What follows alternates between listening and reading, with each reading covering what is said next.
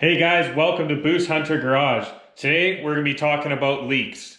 Yes, leaks. The one downside or one of the downsides to owning a high mileage diesel truck or really any high mileage vehicle in general. It's one of those things you're going to be dealing with.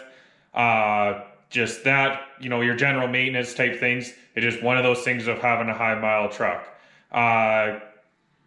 And like I always say, it's like, yeah, I might not have a truck payment as in paying the bank money, but my payment would be truck parts and maintenance and work put into the truck, which I'm totally fine with that. Obviously, I enjoy working on the truck. Sometimes, you don't want to spend that money, or definitely I would rather be doing performance parts instead of these kind of maintenance type things that maybe aren't quite as fun.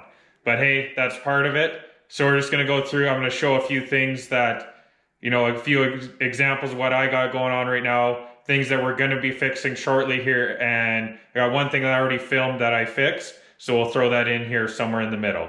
Let's get to it. All right, so here we are on the driver's side of the truck here. And one of my things that I have here that's leaking big time, starting to get worse, is my power steering pump here and some of the stuff involved in it. All the way up over here in the brake booster. I've already cleaned this off in the past and it's already soaked up here. And the one thing is, when something starts leaking down in here and it makes it tough and you might think it's something else leaking, is, when the truck's driving, there's airflow coming through here and it, say, your power steering pump's up here, say it starts leaking, it blows it all over back here, and you might think you might have only seen it back over here, think you got a leak going. So definitely go ahead and clean your stuff first and maybe go drive it again if you can't fully tell where it's coming from. And then that way you can know for sure. But as you can see, we got quite a mess. It's all spread down the side of the frame all over this. And you might think maybe there's fuel leaking, maybe something from the transmission lines here. So that's something I'm going to go ahead very soon here and change out. And that's one thing I kind of wanted to mention. I learned my lesson on when I did the AC, is I changed basically almost everything to do with the AC, like the pump, like the compressor, sorry, a bunch of the lines, the condenser, those, and I did not change. There's one or two rubber hoses, high pressure hoses that are on there, and I had left them. I thought they were fine. Well, I got the job all done, took it to a shop just to get it back down and filled up. Well, it turned out everything else was fine, but that line ended up cracking. So what I've kind of done ever since I did that, because then it was wasted time, had to go change that line, flush the system again. My plan is, or what I'm doing now is, when I go through and change something, I try to just change everything that's involved with that item. Whether, say just the power steering pump was leaking, yeah, I could just change that. But now when I go to do this, I'm going to be changing all the lines, the cooler for that, and our brake booster's leaking, so we're going to be doing that. So I'm going to do everything at once. Kind of saves you, yeah, it can be a bit more money. There's going to be certain things where maybe I can't afford to necessarily do that at the time, so I might change, if I think something's okay, I might leave it. But overall, I try to change everything. Just saves you, everything's fresh, and, I don't plan on getting rid of this truck ever, so I might as well do it while I'm in there. Do everything at once, and then hopefully that way I don't have to touch it for a long period of time. So that's one of my bigger things I need to change here. So I need to get those parts ordered up. So be looking out for that. We'll be doing that here shortly. One other thing I wanted to quickly mention here is when I do this power steering pump, this is a 5.9 truck if you didn't know that. But anyways, I've heard or seen other places where guys use the power steering pump from the 6.7 engine. Saying I believe that they last longer or just an overall better unit. So I'm going to do a little bit more research on that, but I believe that's the route I'm going to go. And so we'll be showing that. If you are watching this and you've done that before, or it works, leave a comment below. And yeah, I'd be appreciate to hear that. So anyways, I just wanted to throw that in there. All right, so as you can see, we got a nice leaky rear pinion seal here. And I had just done the front one a few months ago, meant to do this one right after, but got busy with things and didn't get to it. So I will actually be doing this tomorrow, so have a look out for that video coming. We'll get that done.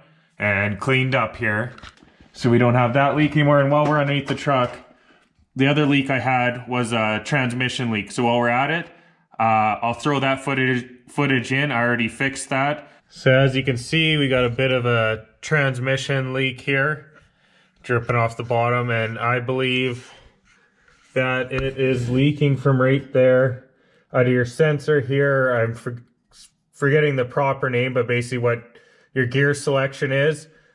And I believe it's this because before I had to take this in and out quite a few times when we were, well, it wasn't showing gear selection right, and I was getting a safety done, and they kept calling me on it.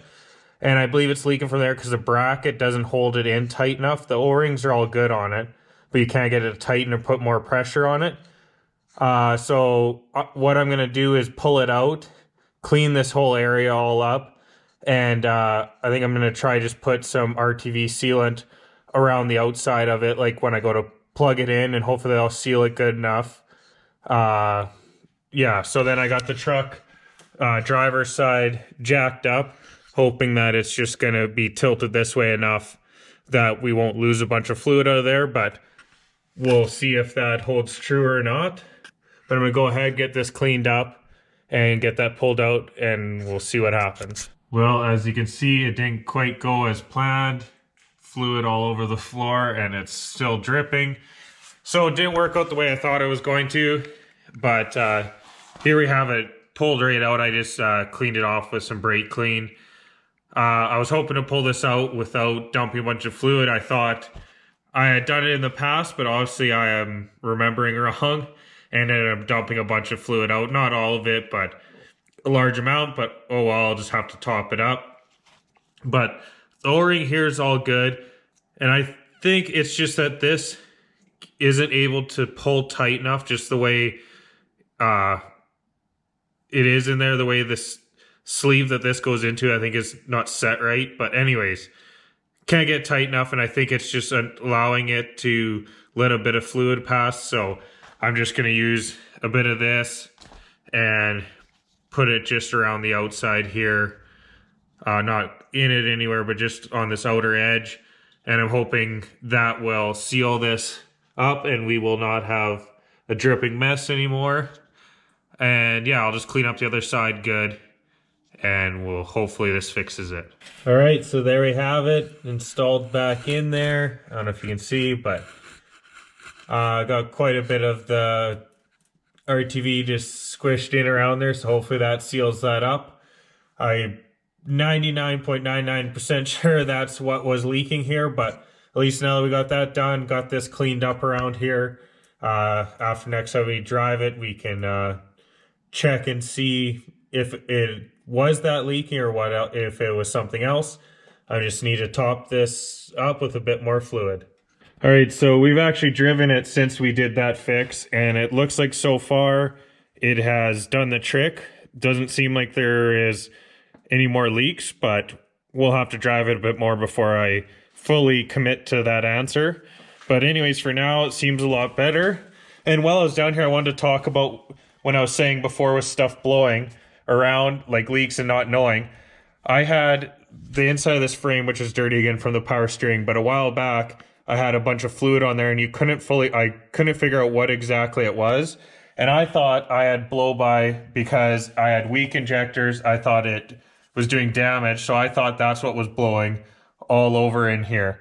And so I made up a little catch can for that to see. Well, luckily I did that because it turned out it wasn't leaking. It was actually this front pinion seal was actually what was leaking, and then it was flinging around and spraying on everything, making me think that it was something else.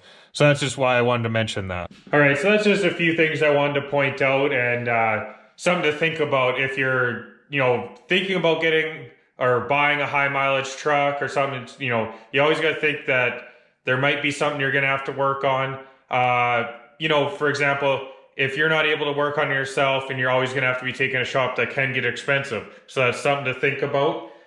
But at the same time, you can't be afraid to get out there and work on it yourself. Like I always like to say, you can't learn if you don't try. And, when it comes down to it, I'm no expert, lots of this stuff I'm learning or doing for the first time. I've learned by either watching on YouTube, reading on the internet. You know, I grew up like with a mechanical background. You know, we had dirt bikes, quads, sleds, you know, other vehicles growing up where I learned from my dad and different things. But lots of this stuff, it's my first time doing it.